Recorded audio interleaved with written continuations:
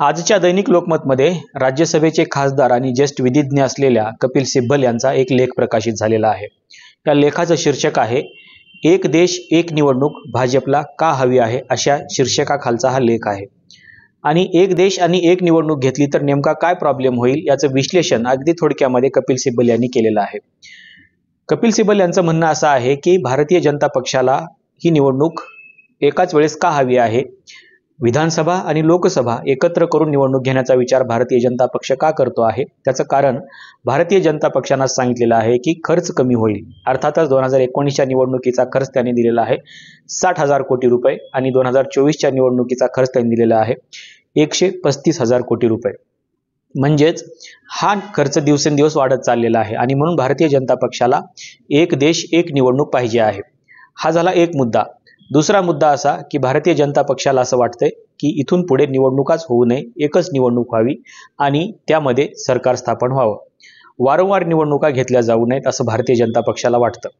पण याच्या अडचणी आपण कधी समजून घेतल्या आहेत का, असा प्रश्न कपिल सिब्बल यांनी उपस्थित केलेला आहे। आणि त्यांनी असं म्हटलेलं आहे की भारतीय जनता पक्षाला असं वाटतंय की 2029 मध्ये आपण एक देश एक निवडणुका घेऊया। खरं तर आपण भारतीय जनता पक्षाच्या अगोदर देखील अशा प्रकारचा विचार केलेला होता आणि 1952 ची पहिली सार्वत्रिक निवडणूक, 1956 ची दुसरी सार्वत्रिक निवडणूक आणि 1961-62 ची तिसरी सार्वत्रिक निवडणूक, या तिन्ही निवडणुका आपण एक देश एक निवडणुका या पद्धतीने घेतलेल्या आहेत। म्हणजेच वन नेशन वन इलेक्शन अशा पद्धतीने घेतलेल्या आहेत। परंतु कालांतराने जे प्रश्न निर्माण झाले त्या प्रश्नावरती आपण तोडगा काढू शकलो नाही आणि एक देश एक निवडणुका आपण घेऊ शकलो नाही। नेमके काय प्रॉब्लेम्स आलेले होते याचा विचार देखील आपल्याला करणं गरजेचं आहे।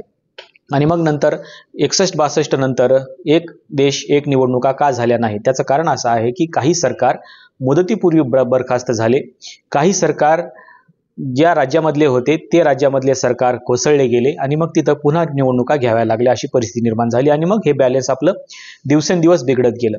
आता 2029ला ज्यावेळेस आपण वन नेशन वन इलेक्शनचा विषय पुढे आणू आणि एकच निवडणूक घेऊ, त्यावेळेस देखील हाच प्रॉब्लेम पुढे येणार आहे।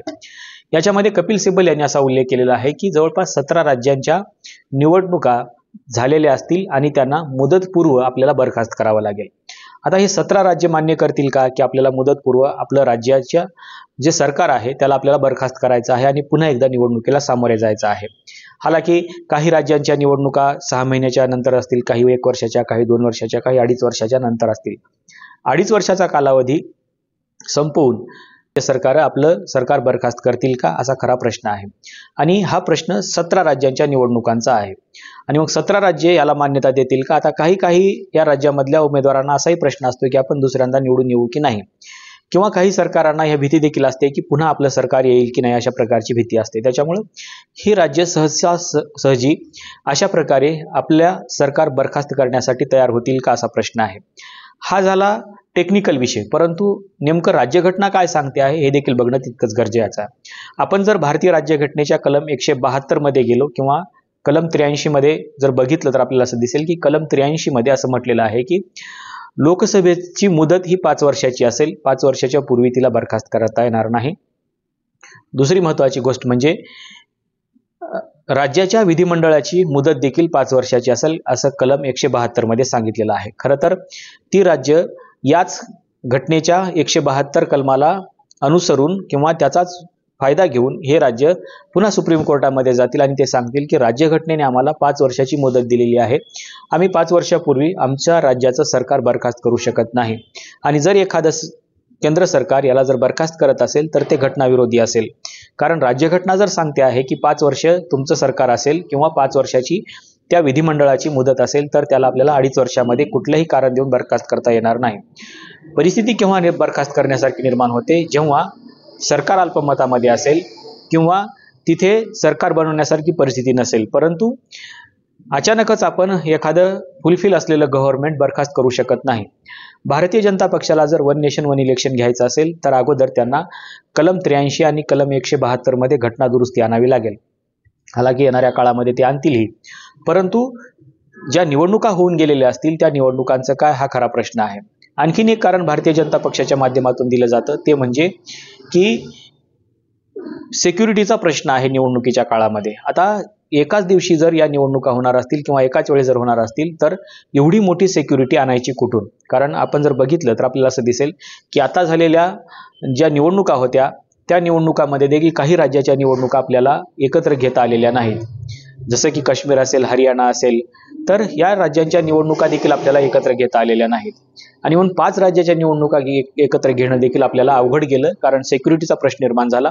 निवडणूक आयोगाने हे कारण दिलेलं होतं की तिथलं जे वातावरण आहे किंवा पर्यावरण आहे ते देखील निवडणुकीसाठी उपयोगी नाही.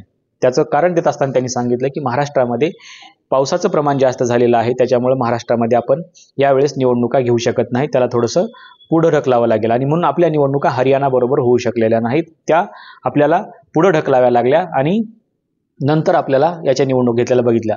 जर समजा वन नेशन वन इलेक्शन झालं आणि हरियाणा आणि महाराष्ट्राच्या निवडणुका पुन्हा एकत्र घेण्याची वेळ आली तर निवडणूक आयोग पुन्हा या निसर्गाचा विचार करणार आहे का पुन्हा देखील तेच कारण देणार आहे? हा खरा प्रश्न आहे. आणि त्याच्यामुळं भारताची भौगोलिक परिस्थिती जर आपण बघितली तर दक्षिण भारत असेल, उत्तर भारत असेल, ईशान्य भारत असेल किंवा पूर्व भारत असेल, या सगळ्याच राज्यामधली परिस्थिती ही वेगवेगळ्या पद्धतीची असते आणि त्या ठिकाणी आपल्याला एकाच वेळेस एकाच दिवशी निवडणूक घेणं अवघड होऊन जाऊ शकतं.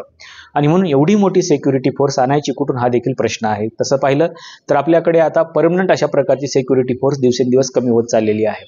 आपल्याला माहिती आहे की आपण कलेक्टरपासून ते मिलिटरीपर्यंत देखील सगळं आपण खाजगीकरण करत चाललेलो आहे आणि त्याच्यामुळं प्रायव्हेट मिलिटरी आपल्याला घेऊन निवडणुका लढवाव्या लागतील हा प्रश्न आहे. आणि प्रायव्हेट मिलिटरी काय करेल हे आपण त्याचा विचार देखील करू शकत नाही. आणि म्हणून आपण याचा विचार केला पाहिजे की वन नेशन वन इलेक्शन घेत असताना एकतर राज्यघटनेतल्या कलम 83 आणि 172चा प्रश्न आहे, त्याची घटना दुरुस्ती करावी लागेल आणि त्याच्या मुदती केव्हाही संपवू शकतील अशा प्रकारची घोषणा त्याच्यामध्ये करावी लागेल.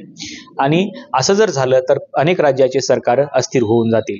दुसरी महत्त्वाची गोष्ट म्हणजे वन नेशन वन इलेक्शनमध्ये आपण एकत्र निवडणुका घेणं शक्य आहे का? हा प्रश्न अगोदर निवडणूक आयोगाला विचारला पाहिजे, कारण निवडणूक आयोग सातत्याने याची काही कारणं देत असतं आणि तशाच प्रकारची कारणं महाराष्ट्र आणि हरियाणाच्या निवडणुकीमध्ये निवडणूक आयोगाने दिलेली आहेत. तिसरा प्रश्न सिक्युरिटीचा आहे. सिक्युरिटीमध्ये आपण अग्निवीर सारखे जवान आणलेले आहेत, ते केव्हा रिटायर होतील काही सांगता येत नाही आणि परमनंट अशा प्रकारची सिक्युरिटी देखील आपल्याला देणं गरजेचं आहे. आणि म्हणून आपण जर मिलिटरीचा विचार केला तर ही फोर्स सगळी आपण भारताच्या इंटरनल असलेल्या निवडणुकांसाठी वापरू शकत नाही, कारण एक्सटर्नल सिक्युरिटी आपली धोक्यात येऊ शकते. पोलिसांना आपण सोबत घेऊन निवडणुका लढवू शकतो का? तर पोलिसांची फोर्स खूप कमी आहे. आपल्याला माहिती आहे की युनायटेड नेशन ऑर्गनायझेशनच्या म्हणण्यानुसार जवळपास 3000 लोकसंख्येमागे आपल्याला 20 पोलिसांची आवश्यकता असते, पण ती देखील फोर्स आपल्याकडे नाही आहे आणि म्हणून आपण तिथे देखील कमी पडतो आहे. त्याच्यामुळं निवडणुकाला कशा पद्धतीने सिक्युरिटी द्यायची हा खरा प्रश्न आहे. राहिला प्रश्न ट्रान्सपोर्टेशनचा, EVM मशीनचा, असे कितीतरी प्रश्न आहेत जे एवढ्या बलाढ्य देशाला आपल्याला एकाच दिवशी पुरवता येऊ शकणार नाही. आणि म्हणून अनेक प्रश्नांच्या अनुषंगाने आपण वन नेशन वन इलेक्शनचा विचार केला पाहिजे.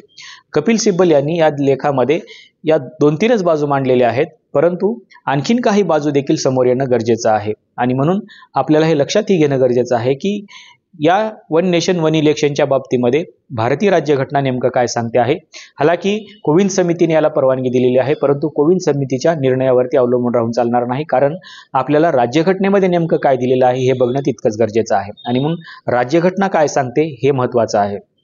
कोविंद समिती काय सांगते आहे हे अजिबात महत्त्वाचं नाही आहे, कारण कोविंद समितीचा निर्णय पुन्हा राज्यसभेमध्ये आणावा लागेल, पुन्हा लोकसभेमध्ये आणावा लागेल, त्याच्यावरती चर्चा करावी लागेल, घटनादुरुस्तीचे विधेयक आणावे लागतील, घटनादुरुस्ती करून घ्यावी लागेल.